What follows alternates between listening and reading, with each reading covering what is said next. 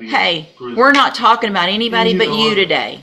Yeah, I know. I'm sorry your mom's that old and that you haven't been around to be with her, but that's whose fault? It's not going to be my fault if you're not there. Good morning. You are Jimmy Taylor? Yes, ma'am. And Mr. Taylor, you were previously in court, entered pleas of true and a motion to revoke your unadjudicated probation. Counts 1, 2, 3, 4, 5, and 6. You pled true to all of those counts. You're on probation. The second-degree felony offense of theft of property with previous convictions with findings that prior offenses were true. You were placed on that probation January 24th of 2024. I have received the pre-sentence report as well as there was one incident report from the jail, a page that should have been sent to you all, and also Mr. Coleman has also provided a copy of the court's sentencing hearing, a transcript from that original sentencing back on January 23rd of 2024. Has everyone had an opportunity to review all of those things? We have, Your Honor. The state has, Judge. Are there any additions or corrections to that updated report? Not from the defense. Not from the state, Your Honor. There are a couple of things I'd like to speak to if and when the court would like to hear from you. Yes, of course. So let me just, there's no agreement in this, correct? This was just open to the court? That's correct, Your Honor. Yes, Your Honor. And, all right, Mr. Rojas, you may proceed. Thank you, Your Honor. We're going to be asking for the court to continue Mr. Taylor on probation. I know by looking at the PSI on paper, it doesn't look like there's a chance that Mr. Taylor should be given, especially given his criminal history. It looks like his criminal history is all in some way related to drug use, drug abuse. If you look at the allegations he pled true to, those are the non-compliance allegations have to do with drugs.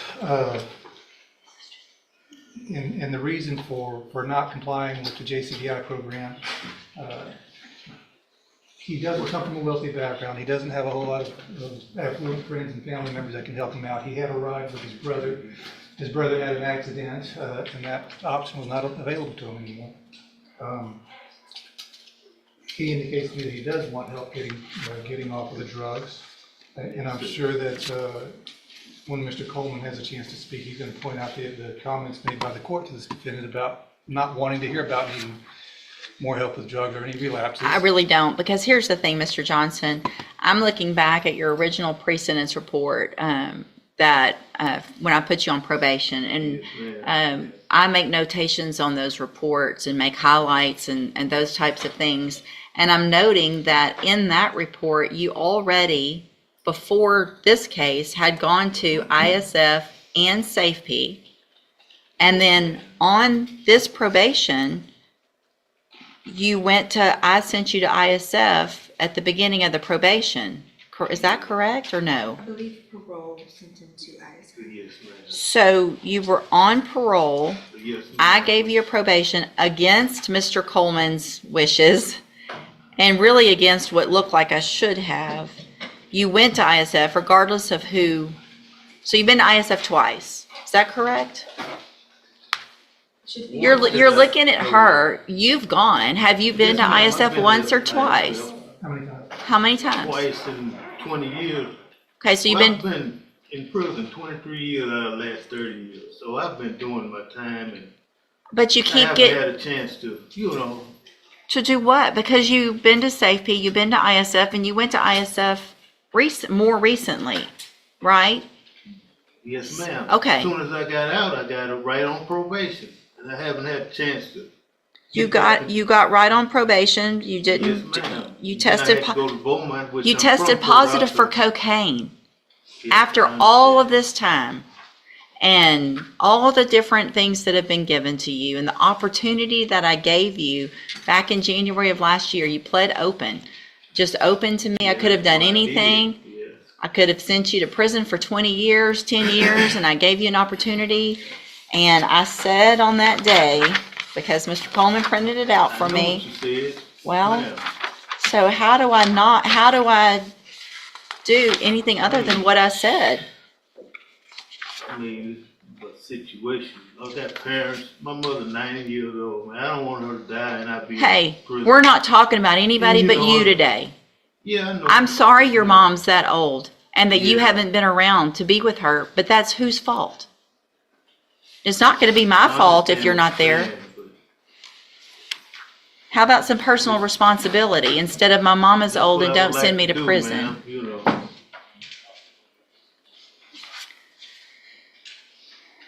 Judge, what I was saying about this. Go ahead. He was warned about not coming back and the court didn't want to hear about a relapse, but I don't know that this is really a relapse. He never really got the help. On this most recent term of probation with the JCDI, and if transportation is gonna be a problem, I know he's already been to SAFE-P, Judge, but it would be the relapse, portion of SAFE-P would be appropriate, or a whole new term. Hold on.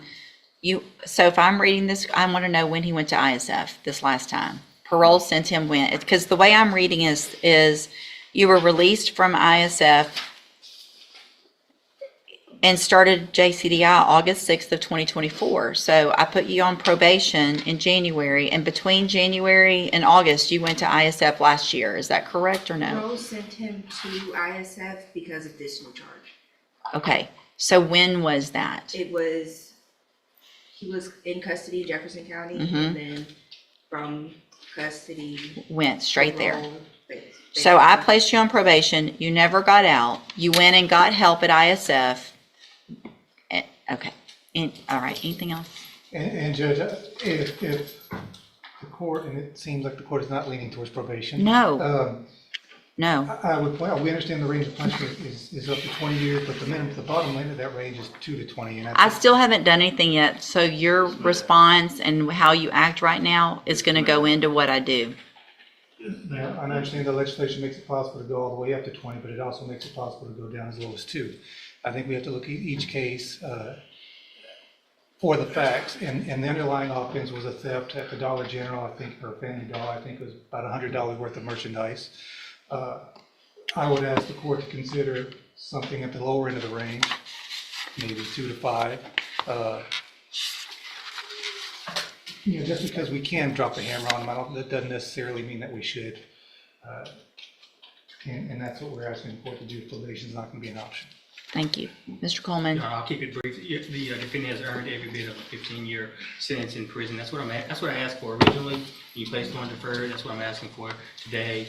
3 things I'd like to quickly point out, Your Honor. Looking at the defendant's version in the updated PSI, he says that when he was placed on in the JCDI program, that he believes it was an attempt to set him up for failure, demonstrating a lack of acceptance of his own responsibility. The resources and time that have been dedicated to this defendant, limited resources, mind you, could have been redirected to someone who is more amenable to being rehabilitated. Lastly, you got his full criminal history there in the original PSI. And I provided you with the transcript from the sentencing just to remind the court. I know you see a lot of defendants, but just to remind the court that you essentially told him up front this was essentially a zero tolerance probation. And I do appreciate that because I do see a lot and I don't remember it all. But Mr. Taylor, do you have anything you want to say? Yes, ma'am. Been through a lot of things in my life, people dying in my family and other things, drugs, but, I think, that I could do better if I had a chance, proper opportunity, ma'am. And I did a lot of time. I've done my time. You have. I don't think just putting me in prison, I think I need a chance. I really do. It doesn't make any sense because you're saying, you've done a lot of time. And at some point, you either say, I don't like prison and I want to do better. That's what I want, man. But you didn't take advantage of the opportunities you were given. You're saying you want help. And we gave you help, or parole gave you help. So you didn't even get out on my probation yet. You had ISF, a reminder of the tools that you had a long time ago. You had those things, and you got out, and you didn't take advantage of the opportunity that I told you. You better take advantage of it because you're not going to get it again. You're saying the same things that you said. Please just give me another chance. I'm gonna do better.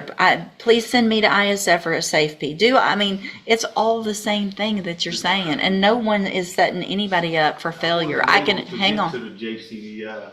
I had back surgery, So what you're telling me is when did you have back surgery? 8 years ago, Okay, but they only did half part of my listen, back. listen. I'm not making You're, excuses. you I'm are trying making, to you get are, back. if you're throwing out to me that you had back surgery 8 years ago, then you are digging for everything you possibly can, and we're done with all that. I'm going to find that you previously entered your pleas of true to counts 1 through 6 freely and voluntarily. I'm going to find those counts true. I'm going to find sufficient evidence to find you guilty, and at this time, find you guilty of theft of property with previous convictions. I'm going to sentence you to a term of 12 years in the Institutional Division of Texas Department of Corrections. You will receive credit on that sentence for any time that you've been in custody that the law gives you the right to receive.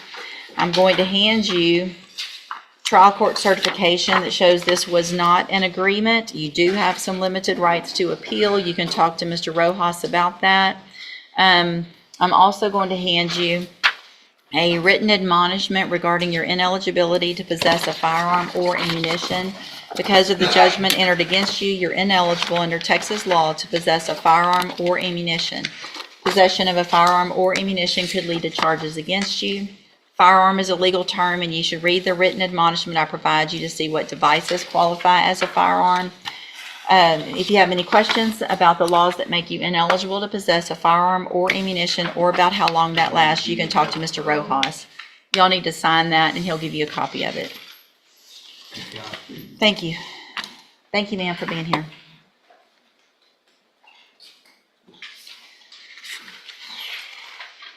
Ms. Holmes on Demario Flukas. That's just fair. It gets to me in 12 years. Hey, come back, Mr. Taylor. Come here. Let me tell you something. I still have jurisdiction over your case. So any disrespect that you show me right now, I can add years to that number. Is that what you would like to do? I do think it's fair. It doesn't matter that it's a misdemeanor. You keep doing it over and over. Go back with the bailiff. And you probably should keep your mouth shut this time.